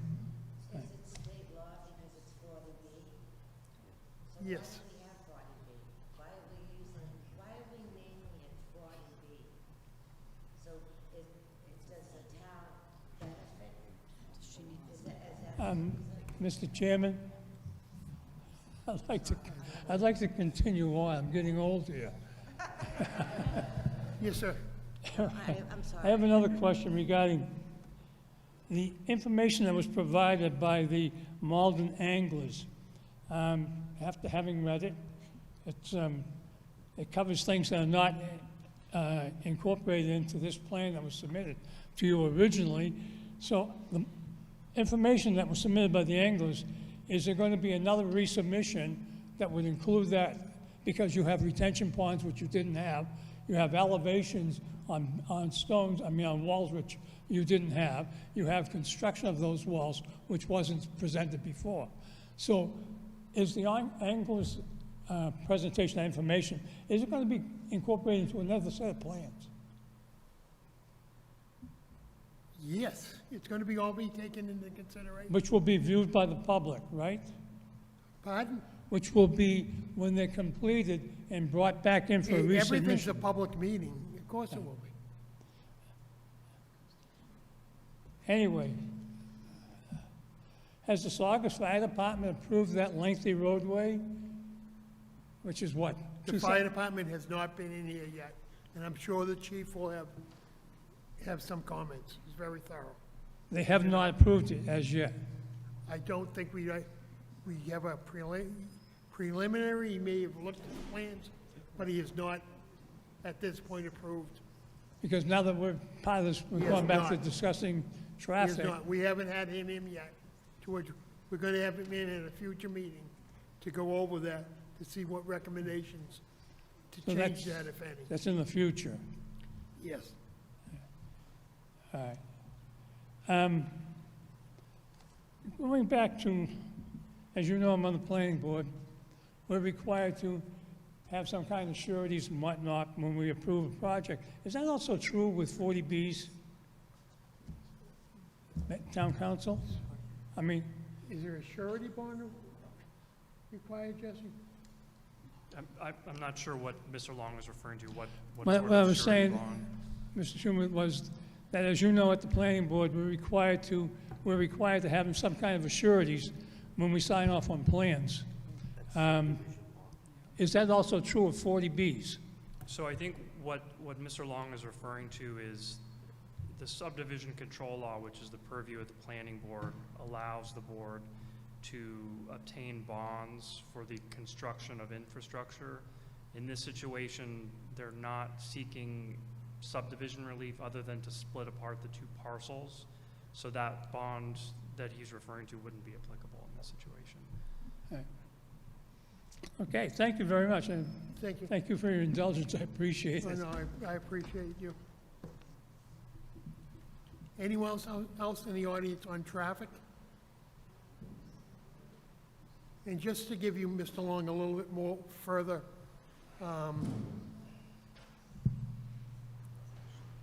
Mr. Long, just to give you a little bit more clarification. Oh, sorry. I have a question. You, one second, I was just trying to address So, Mr. Long, if he, I just wanted to address the fact that the prior decision, I know you referred to several times, from the selectmen in the late 80s, all right? Attorney Vassapoli commented that there were further court proceedings after that. The selectmen put those conditions on there, and he couldn't remember. He knows they were backed off somewhat, but he couldn't recall what they were. And that, basically, to put it simply, is what the attorneys are trying to find. I'm trying to say it, I'm saying it simplistically, not legally, but John has a recollection that some of those covenants that the selectmen put on were backed off of. And he just can't, he didn't have it was 35 years ago, he didn't have the records of it, he thought, so that's what they're looking for. I'm also a town meeting member, too. I understand, I just want to let you know that they're looking for that. It is 35 years, and I trust that he just can't remember everything. Just Mr. So, hi, my name is Anthony DePisa. I'm on 16 Gilway in Saugus. So, since this is focused specifically on traffic, and, you know, a lot of folks have brought up some, you know, great concerns about the traffic, just trying to think of a possible solution. It seems to me that the only solution, if this project is going to go through, the only reasonable solution would be to make Forest Street a one-way street going from the Fells Way to Main Street, and then people would not be able to cut through to go up Forest Street in order to get back on Route 1. So as far as a solution goes, because it seems like... As you know, how are your neighbors going to feel when they, when they're trying to leave their house and they want to go to Square One Mall? They got to go up to the Fellsway, down and around. No, if they're going to Square One Wall, they would go from their house up Forest Street and then take a left on Main Street. If they want to go the other way, that people already come down Gilway and Milano Drive and Zito Drive. But if this is a done deal, then I think Nothing's a done deal, but I don't know. I think the only reasonable traffic accommodation to prevent a ridiculously larger amount of volume is to make Forest Street a one-way going towards Main Street. So that would be my suggestion if you want to address some of the problems rather than just listening to No, I answer them. my suggestion that would be something your town meeting members would want to get together on and then bring it to the Board of Selectmen. If that's a possibility. Yeah, this board doesn't, we couldn't make a condition to make that road a one-way if we wanted to. Yeah, we can't do that. Only the Board of Selectmen can do that. Right, but I understand what you're saying, it's a valid concern, it's a potential solution. What I'm trying to say is... But I'm not hearing any solutions to the traffic problem, so I I'm just understand. trying to offer a solution to the traffic problem. I understand. I'm just trying to tell you, we don't have the authority to do that. That's all. You don't have the authority to make it a condition of the project? We can make lots of conditions, such as you need to put a fence up, or you need to put, you know, some way to prevent people from walking into the backyards on Forest Street. We don't have any jurisdiction over the We can't tell them public make the street roads. one way. That's the Board of Selectmen. We can't put that condition. We don't have the authority to do that. Okay, well then, maybe think of some other conditions that you do have No, the it's not- authority to put It's not up. necessarily, maybe an idea worth looking at. It may be an idea worth looking at, but I think you have to do that through your town meeting and then in turn to the Board of Selectmen. It's not something that this board can handle, turning Forest Street into a one-way street. That's something that your town meeting members can get together on, and then bring a proposal in through the Board of Selectmen to town meeting itself, and try to make that happen. Sir, so your point about conditions, it's well taken. Trust me,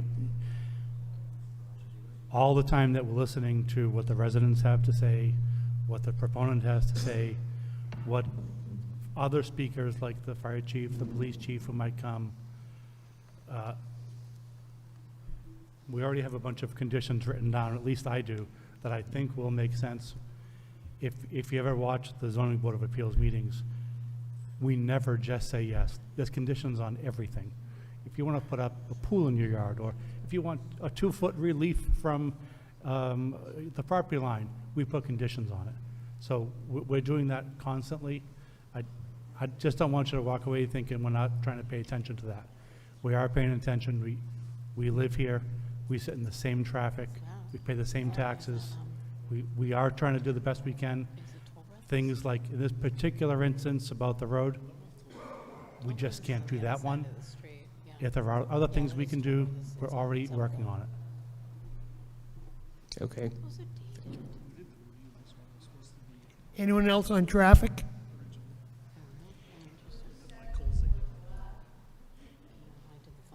Seeing none, anybody else on any other issues dealing with this permit?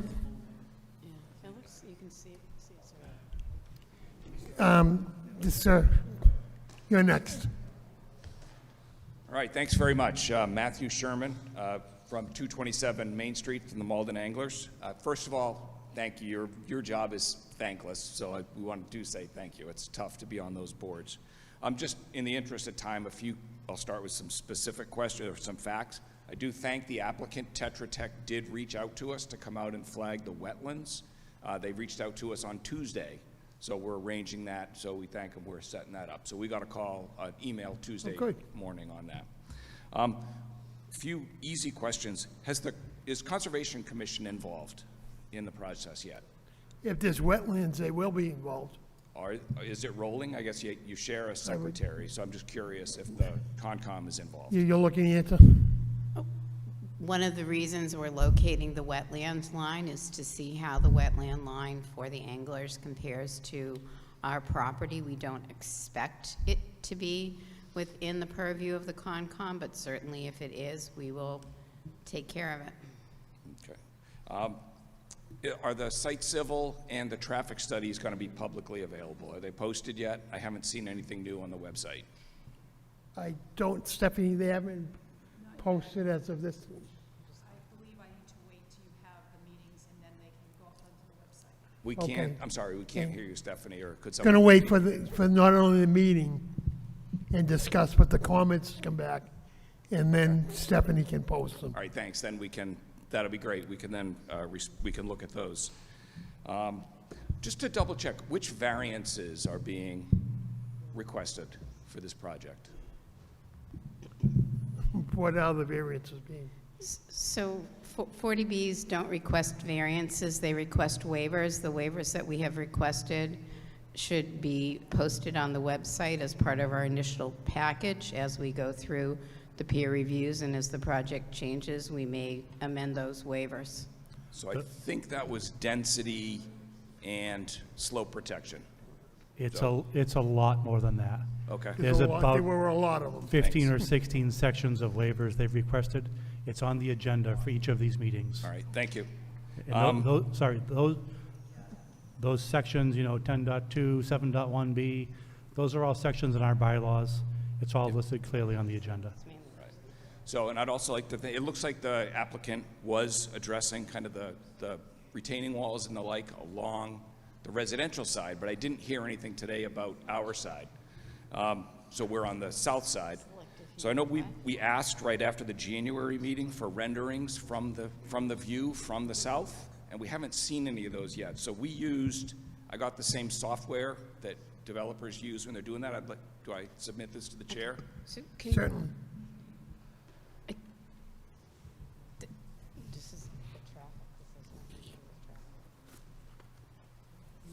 We just wanted to share some renderings so that the board can see kind of what we're up against, and those are all based off the Tetra Tech tree removal drawings. And it's for your own information. You can see it's pretty extensive. The other thing we'd like to do is, I'm not sure if y'all are, how used you are to the contour plot, so we wanted to submit a couple other things. We have some models of what's going to be produced. I'm sorry, what are those? So models, 3D models based on the contour plots. I thought you might want to see how kind of the loading and how much of the slope is being adjusted.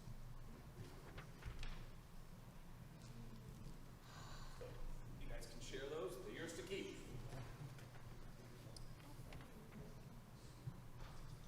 And then I think the last piece of that. I just want to know exactly what I'm looking at. Those are the 3D printed models of the contours, so it's based on the Massachusetts GIS and the information on the Tetra Tech So drawings. this would be after, There's one that's before and one that's after. which is, You can tell there's two big extra buildings on the one that's after. okay, I can, okay, yeah. It's Okay. for your own use. You can do with it what you will. It's a very difficult, yeah. I know you folks that went out and saw the site or understood how steep the Yeah. slopes and the like are. And just because it's hard to tell on that scale, I have two others that are just a zoom in that show the extent of that 35-foot retaining wall and how it's going to look and where it's coming from. So I'm just going to submit those, and that'll be all I have. I think Lynn would like to see those also. I believe that I said in my initial presentation that we are looking at the site holistically, and that as soon as we get all of the peer reviews in, when we do the additional study work, that we certainly are going to be looking at the entire site and the other retaining wall to see what we can do. So I just want to make sure that that is on the record. So in other words, if it's possible, you might bring the retaining wall down somewhat. Be exacerbated from the wall height change if it is lowered. I am not a civil engineer. I don't want to speculate. That's why we have all disciplines. We've got our traffic people, we got our civil. Infrastructure and maintenance for a large biopharmaceutical company. Been in this position myself many, many times during construction projects where I've got to present my project and make it clear to the recipients.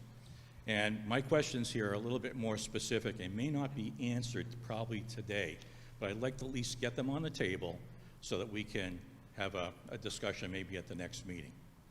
I noticed that obviously when we start this construction plan, we've got a grading plan that's going to be in place pre-construction and then at conclusion.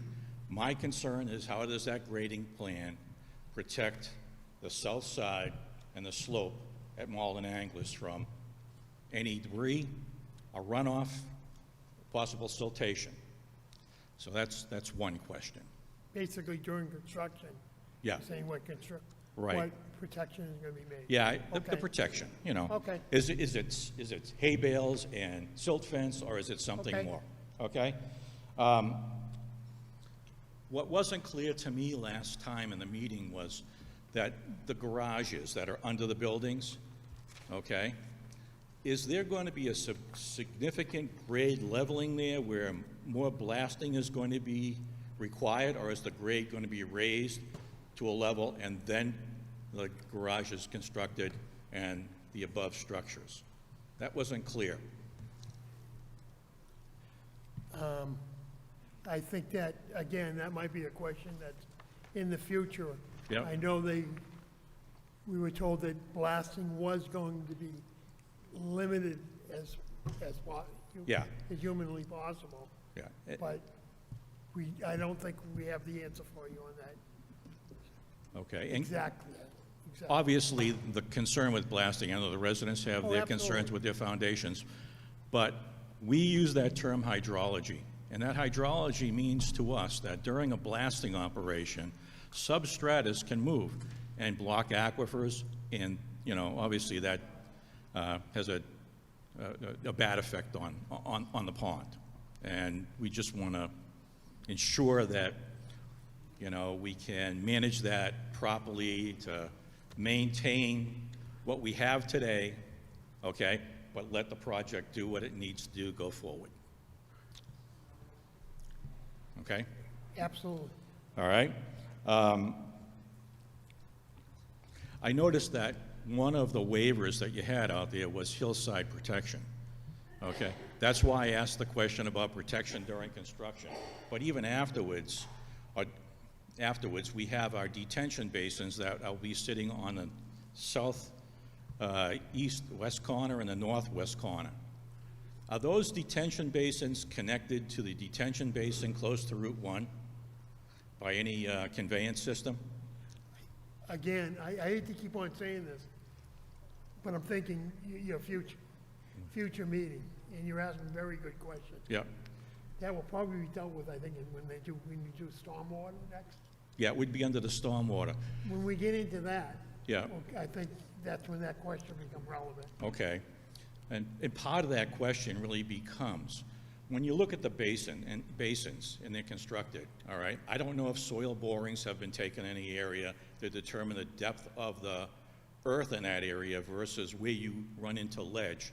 But my concern would be supersaturation of the water in that area, of water in the area where that detention basin is, okay, that could result in grade slip, all right?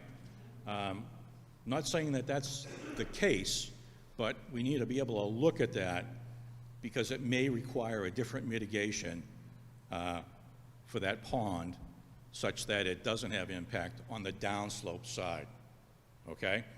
And where the overflows, the physical overflows of that pond are located, we'd like to make sure that they're located down and away from Patkin Pond below. That would be a desire, okay? So they don't overflow down the hill into the pond, okay? Okay. Okay. And I guess, you know, with the whole stormwater thing, we would expect that the basins would be clear in that 48-hour window that I think that's out there for rules and regulations. And that would also affect the way they're built, whether they can be just percolation or they need to be conveyed. One of the things that concern me there too is if they have to be conveyed, and there's not an easy way to convey it to the Route 1 pond, and the reason I say the Route 1 pond is that I believe we already have pumps there that continually pump discharge to the storm drain to Route 1 for the existing structure. I don't know if, in fact, that conveyance can also handle the other ponds. And I don't know if they're on emergency power such that in a big storm, when you get your basins full and you're trying to move it downstream, that the pumps are able to run when power is out around the area, because that also would have an effect on us, okay? Okay. Yeah. The other thing was, it wasn't clear to me on the plans, and it just because it might not be there right now, whether there was any mechanical equipment located at grade, you know, generators, air handlers, refrigeration units, certainly dumpsters or compactors. And when I talk about those, I would expect they would be covered and protected from rainfall so that the runoff from that wasn't, you know, into your normal storm. But mechanical equipment such as air handlers and cooling towers and all that, they make noise. And I would expect that someone hearing a cooling tower fan or a refrigeration fan that has a high whine might be annoyed at that. And I think that If that can be addressed, that would be great. I know from reading that a noise study was done. And so we already have a background noise study. And I would expect that we would design the project to the limits of the regulations that talk to sound on the site, the limits for sound on the site, right? And again, that's a neighborhood issue. So, you know, I don't want to hear a whining fan when I'm standing on my dock casting to my big rainbow trout, okay? And watching by the way, we have 2 eagles that come to the pond, and that's kind of a nice sight to see every now and then. I don't want them to hear the sound either. All right. And we talked about the ambient noise study. All right. Power. I think that does it for me. All right, thank you very much, sir. You're Okay. very good. I'll Your submit questions were this to you. excellent, and I just think most of them for another meeting. We'll deal with them in the future, and I hope you're able to attend those meetings. Thank you. Mr. Chairman, just quickly to the speaker. Sir, you mentioned, you asked a question about whether there would be mechanical equipment at grade. Yes. Your concern there was the noise. Yeah. You sound like you have the right background to ask this question. Where would you propose to put that type of equipment? Where it might be quieter? It's not where I propose to put it, but I would say this, okay? They probably hired a firm like Ascentech that does ambient noise studies, and I usually do it over several days in a neighborhood, right? And during design, that equipment can be reviewed by a sound engineer and determined whether or not, you know, comprehensively, it stays within the guideline, all right? I know this very well. I had a very noisy fan on one of my buildings, and one person in the neighborhood could hear the whine, and it bothered him. He couldn't sleep, and it took me somewhere in around $50,000 to put up 3 sound retaining walls and consulting with an engineer to do that after the fact. Now, if before the fact you do this, obviously you can, you know, prevent this sort of stuff. But there are low-velocity fans that accomplish the same things. You know, I don't know if the mechanical equipment's going to be on the roof, if it's in an enclosure. You know, all that stuff, these engineers are fully capable of taking a look at that, and I'm sure can come up with the right solution for that. So the outcome here is really to have proper sound mitigations in place. Yes, That's what you're looking for. I think that's the way. Do it proactively versus reactively. I understand, thank you. Yep, okay. Thank you, sir. Anyone else from the audience? Seeing none, our next course of action is to decide. Did you have Stephanie? No. Oh, I'm sorry. Sorry I missed you. My apologies. To back up onto his question that he had said, the holding tanks, and you might have this answer for later, but on a big storm or any decent storm, do they get pumped? If they don't get pumped, are they going to potentially overflow onto the roadway? So hence traffic, like down to Forest Street. Whoever knows that, whenever you know that, that's just one thing I want to point out. No, thank you. That's, when we do stormwater, we're going to address all of that. We'll address it with stormwater. I really don't have the knowledge right now. That's already one of the findings of the peer review, so we'd expect some further We have a information peer on that. review coming in, and the main topic is going to be the storm drainage.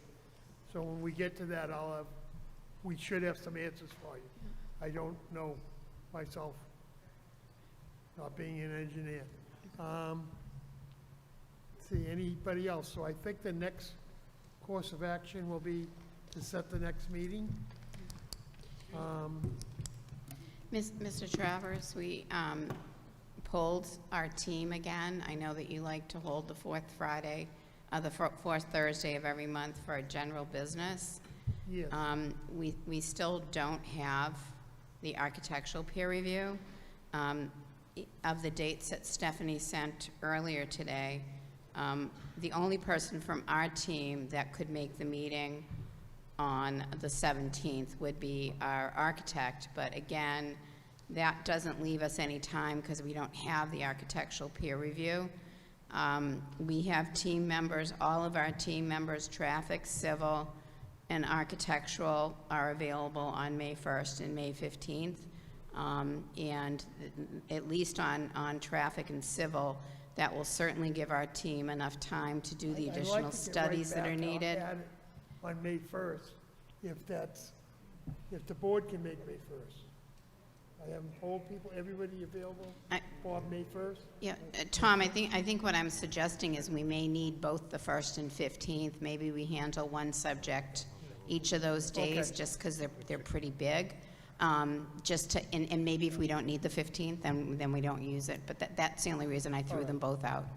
So how do your schedules, turning this way first, the 1st and the 15th? First. Yeah. Chris, yeah, it should be okay? I think it's okay. May 1st doesn't work for you, Peter? Same, me too. You're both traveling on May 1st. And May 7th is your school committee, correct? May 8th, second Thursday. Okay. Oh, nice. So with lack of board members being here, I don't think we can get together again until the 15th. I guess it's going to be a long meeting. Do we want to pick another date as well after that, just so that because we know 3 topics in one night's going to be pretty tough. We are coming up on, the 180 days, so And you know I want to get it done too. I know, I'm just saying, we'll have all our disciplines The here on the 15th 1st. again On the 15th is when you want to do it? And again on the 29th? Hang on. Does that sound good to everyone, the 15th and the 29th? The 15th and the 20th. Let me just check with my team to 29th, that's good make for you? sure anyone, Paul or Colin or Jay, do you have any issues on the 29th? Okay, 15 and 29. Thank you. It could be Memorial Day weekend. But Stephanie said she's traveling that weekend. It might be the weekend after. Mr. Chair, Yes. if I may, while you're discussing this, just to convey to the board and to the applicant's representatives, I was in touch with the architectural peer reviewer yesterday by phone, and he assured me that his architecture peer review will be issued next week, early next week. Okay. So that would leave you from tonight 1, 2, 3, 4 weeks exactly, if you wanted to have your hearing on April the 17th. 17th is the third Thursday. Does April 17th work for all? Yeah. Okay.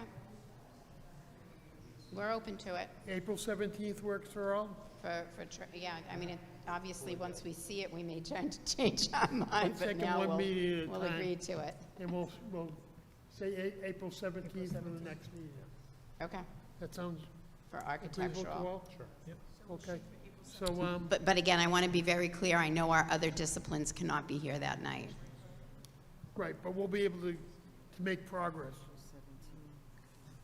Do I have a motion to continue to April 17th? We have a motion to continue this to April 17th. Second? And it has been seconded, Stephanie? Mr. Norfolk? Yes. Mr. Riley? Yes. Mr. Rosetti? Yes. Ms. Romano? Yes.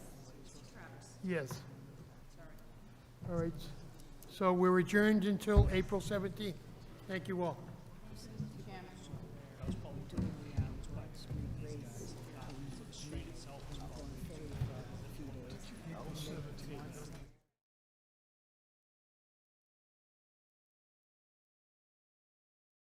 Motion to adjourn?